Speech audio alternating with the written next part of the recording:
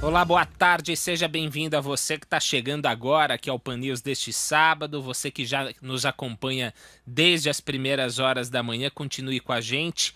Agora a gente vai para mais uma das nossas entrevistas aqui neste sábado, falando sobre o Código de Defesa do Consumidor, que nesta sexta-feira, também conhecida como ontem, completou 30 anos. Para falar sobre o assunto, gentilmente nos atende neste sábado o Leandro Nava, que é advogado e professor de Direito do Consumidor. Leandro, boa tarde e seja bem-vindo ao Pan News. Boa tarde a todos, aos nossos ouvintes e telespectadores. É uma alegria estar aqui com vocês. Leandro, vai ter muita coisa para a gente falar nessa conversa aqui, porque daqui a pouco a gente fala um pouquinho sobre o presente e o futuro, mas hoje eu estou imaginando aqui, né, desculpa essa digressão aqui no começo da conversa. Eram tempos em que não havia a internet, né, tal qual, ou pelo menos tal qual a gente conhece hoje. Ou seja, muita gente nem se lembra desse tempo sem internet, sem mídias digitais, e lá atrás, repito, há 30 anos, foi criado o Código de Defesa do Consumidor, que foi um divisor de águas no setor, né? Queria que você começasse essa conversa com a gente, resgatando um pouco o aspecto histórico. Quais foram as principais discussões naquela época? Porque se chegou a esse consenso, chamemos assim, de se criar um Código de Defesa do Consumidor. Exatamente, é muito interessante esse seu comentário, porque hoje, eu digo essa geração mais nova, né, nós somos jovens, mas jovens há mais tempo, mas essa geração mais recente acha que os direitos dos consumidores eles já vieram de antigamente, e na verdade não, foram conquistas muito fortes, muito discutidas, e elas ingressaram com a elaboração da Lei 8078/90, que é o Código de Defesa do Consumidor. Curioso, né? De 1990, inclusive eu tô aqui no site do Senado Federal, tem um comentário aqui do próprio presidente à época, Fernando Collor de Mello, hoje senador da República, ressaltando que Exatamente. agora o código precisa ser atualizado para abranger, por exemplo, inclusive isso que eu citei no começo da conversa, as novas Isso mesmo. modalidades de transação que surgiram com a internet. Só recapitulando, antes do Código de Defesa do Consumidor, qual que era a legislação aplicável nas relações de consumo, que ainda assim não eram tipificadas ou chamadas? Era o Código, primeiro, a Constituição Federal e o Código Civil. E o Código Civil da época, de 1916, ele não trazia e não salvaguardava benefícios ao consumidor, que é a parte mais frágil, a parte mais vulnerável da relação. Com o advento do Código de Defesa do Consumidor, ele trouxe para nós alguns direitos básicos e principais, como, por exemplo, direito à vida, à saúde, à segurança. Antigamente, e eu falo antigamente, antes do Código de Defesa do Consumidor, não existia, por exemplo, a obrigatoriedade de informações nos rótulos, como o prazo de validade do produto, composição do produto, outras situações que foram encaixadas também como relação de consumo, são todas aquelas relações do dia a dia, uma compra e venda, eu acessar ou entrar num transporte público, um contrato bancário, que antigamente não era, e sim era sobre a ótica do Código Civil, aquelas relações leoninas que nós falávamos, aqueles contratos abusivos, aquele excesso de propaganda, ou propaganda enganosa, tudo isso o Código de Defesa do Consumidor veio a trazer. E já com o advento da internet, tivemos uma evolução, não só na legislação consumerista, mas também no trato entre as duas partes, fornecedor e consumidor. Ô, Leandro, não há código ou almanaque ou guia de leis que passe incólume a críticas, né? A gente vê pela própria Constituição Federal, então ali se critica muito.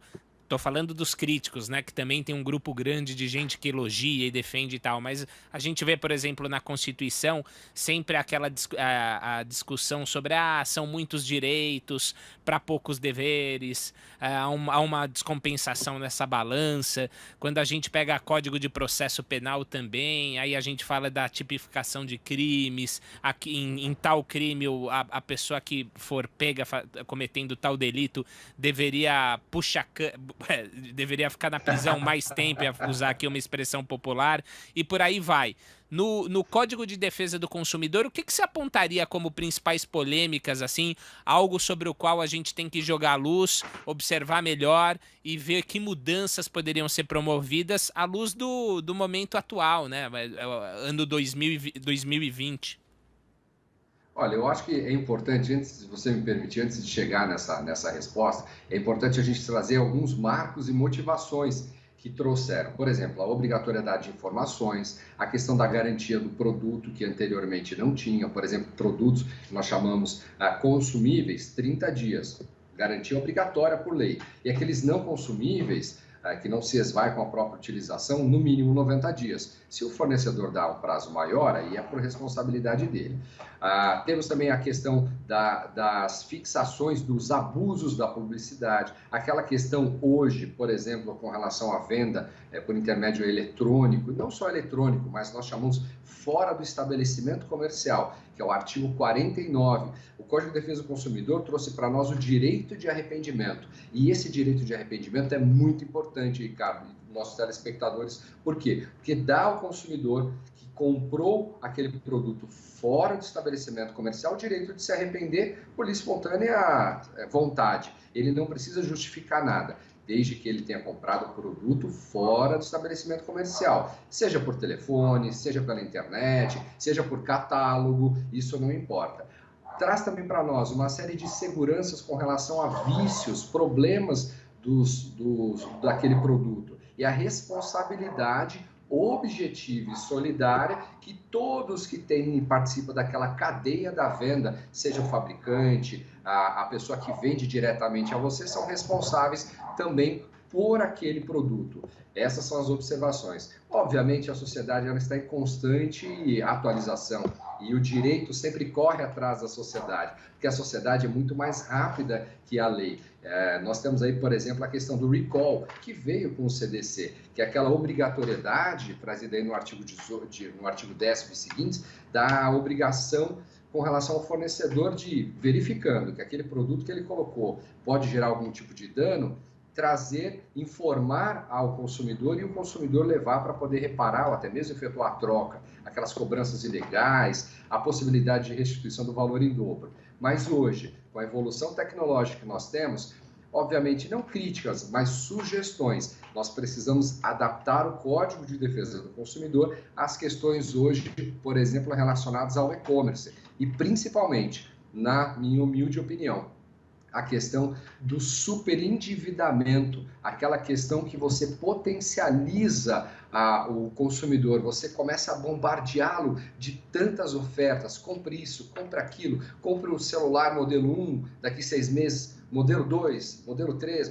modelo 4, e isso cria no consumidor um superendividamento, e isso talvez o legislador agora, nesse momento, nós precisamos ter um olhar um pouco mais sensível para isso. Ô Leandro, você apontou aí vários avanços, né, que vieram na esteira da criação do Código de Defesa do Consumidor, mas há também muitos pontos nebulosos aí, muita coisa ainda que é alvo de crítica, né? Vou citar um exemplo prático aqui. As pessoas no Brasil não aguentam mais receber ligações de bancos, de operadoras de telefonia, no sábado, em horários às vezes muito inconvenientes, né? Você recebe ligações na sexta-feira à noite, no sábado pela manhã, de gente vendendo, querendo saber se você quer implementar alguma suposta melhoria na sua televisão a cabo.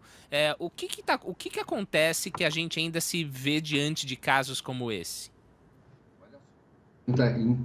Interessantíssima e inteligentíssima, porque todos nós vivemos e sofremos isso. Agora, no período da pandemia, então, ficamos em casa e sofremos muito com essas ligações, porque quando estamos fora de casa, eles ligam no nosso telefone fixo, residencial, e você acaba não estando. Agora, eles estão migrando para o celular.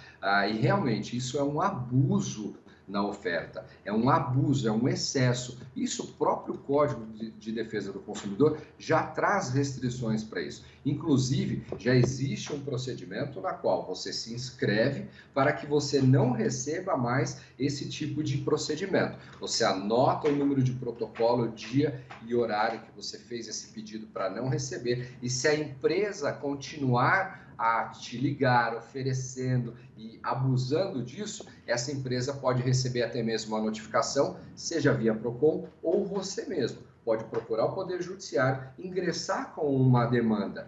Em regra, a via administrativa, quem atua muito com relação a isso, são os PROCONs. E o que o PROCON faz? Ele tem aí, por ser um órgão administrativo de grande abrangência e grande importância em todo o Brasil, ele trabalha na esfera administrativa realizando o que nós chamamos TAC, Termo de Ajustamento de Conduta, na qual as empresas que estão abusando dessas ligações, dessas cobranças, esses excessos de oferta, eles se comprometem com o PROCON, com o Ministério Público relacionado ao direito do consumidor, a praticar determinados atos. E aqueles que forem além deste combinado, deste termo de ajustamento de conduta, deste acordo, desse combinado, serão sim sancionados e deverão ser sim autuados. E você, como consumidor, pessoa física ou até mesmo pessoa jurídica, individualmente dizendo, você pode socorrer ao judiciário. Porém, é importante lembrar que a regra do Poder Judiciário quem alega tem o dever de provar. Temos aí o Código de Defesa do Consumidor, que é a exceção, que é a inversão do ônus da prova, artigo 6º, enfim, mas a regra é essa.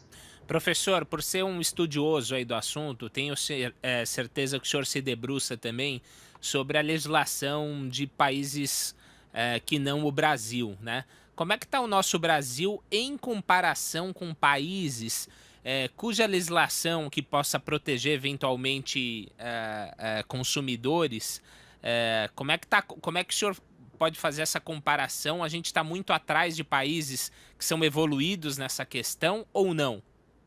Olha só que interessante. Em 1990, quando a lei entrou em vigor, ela foi um marco mundial, porque o Código de Defesa do Consumidor nós chamamos um microsistema, porque nele envolve questões de direito administrativo, direito civil, relação de consumo e até mesmo questão de direito penal, com multas, por exemplo, e sanções. Então, tudo isso em 1990. E com a atualização de alguns artigos e principalmente com a receptividade que o Código de Defesa do Consumidor deu e principalmente a proteção que ele trouxe ao consumidor, isso facilitou demais. Por quê? Porque o consumidor, por ser a parte mais frágil, mais vulnerável da relação, ele precisa estar sempre protegido. E a nossa legislação, ela é utilizada como referência para outros países. Obviamente, já passado esse período, ele já é um trintão nosso Código de Defesa do Consumidor. Então, ele precisa aproveitar outras situações que outros países, por exemplo, Reino Unido, Estados Unidos, por exemplo, utilizam-se de algumas situações com relação ao comércio eletrônico, ao e-commerce, todos aqueles procedimentos que são realizados hoje por intermédio do procedimento online que nós chamamos. E isso nós ainda não conseguimos nos atualizar, mas a legislação de defesa do consumidor, ela hoje seguramente é aplicável a essas situações. Leandro, você deve estar olhando com especial atenção para o que está acontecendo no Brasil inteiro durante essa última semana, que é essa alta nos preços, né, da cesta básica, sobretudo do arroz. No acumulado do ano foi quase um aumento aí de 20%, né, 19,25% para ser exato. E tem muita gente reclamando, obviamente. Na esteira desse aumento vieram discussões aí no âmbito político, no âmbito econômico também, qual o tipo de interferência que o governo deveria ter sobre essa questão para tentar minimizar os impactos aí da alta do preço. E aí, recentemente, aqui, horas atrás, a gente conversou com o Fernando Capê, secretário de Defesa do Consumidor aqui de São Paulo. O Procon vai começar uma ação na segunda-feira, fiscalizando estabelecimentos para ver quem está aumentando o preço de forma abusiva ou não. É um assunto totalmente ligado a isso que a gente está conversando, e essa uma questão muito delicada, né? Comerciantes em pandemia, né? Quando a gente devia aflorar o nosso sentimento de solidariedade, olhar o outro com um pouquinho mais de humanidade, tem gente se aproveitando dessa situação para colocar o preço lá em cima. Posso aproveitar esse seu comentário e só fazer uma lembrança agora no período da pandemia. O que está acontecendo com o arroz agora aconteceu com a questão do álcool em gel. Quando logo no início da pandemia você comprava um álcool em gel a R$ 8, R$ 10. Depois teve essa necessidade, o que é que aconteceu? Tivemos um grande boom com relação a isso. E esse gerou um grande problema porque o álcool em gel chegou a custar R$ 30. Se, por um acaso, o fornecedor estiver vendendo aquele produto fora daquele valor que normalmente é estipulado no mercado, e ele tem a obrigação de demonstrar, olha, o recebimento que vem com aquele próprio intermédio da nota fiscal de compra dele daquele produto, então eu só estou colocando meu lucro mínimo, aí tudo bem, é aceito. Mas infelizmente nós sabemos que nem todos os empresários utilizam-se dessa fraternidade, como você comentou, nesse espírito de cordialidade e respeitabilidade que precisaríamos ter não só na pandemia, mas em toda a nossa vida. Então, aqueles que abusam disso, a mesma coisa à época ou quando tem problema com relação à questão de combustíveis. Tem um aumento de combustível, o posto de gasolina fecha o posto, não, acabou a gasolina. Não, se você conseguir comprovar, chama a polícia. Tem gasolina na bomba, ele não quer vender, autuação para ele também, porque agindo de má fé, crime contra o consumidor. Ô Leandro, é tão importante proteger o consumidor, né? Que como você destacou na sua fala ali inicial, é a parte frágil, né, do negócio. E a gente agora, aproveitando aí que a gente está às vésperas de uma eleição municipal e as eleições se sucedem, daqui a pouco vai ser renovada a Câmara dos Deputados, depois o Senado Federal, tem a votação para a presidência da República, governos estaduais e, na minha opinião, não sei se você concorda, esse olhar para o consumidor ainda é muito aquém do que a gente poderia ter, né? Dificilmente você vê um político se dirigindo ao consumidor e promovendo ali, querendo colocar em debate mudanças drásticas, profundas. Eu acho que é um debate que poderia ainda crescer no Brasil, pelo menos tem espaço para isso, não? Tem muito espaço, só que é aquela situação, o consumidor não gera voto. Cachorrinho gera voto, não é isso? Aquela outra coisa de aproveitar determinados momentos ou determinados movimentos, violência agora no período da pandemia, o aumento da violência doméstica, isso gera sensibilidade. É que as pessoas ainda não entenderam que o consumidor é quem movimenta o mundo.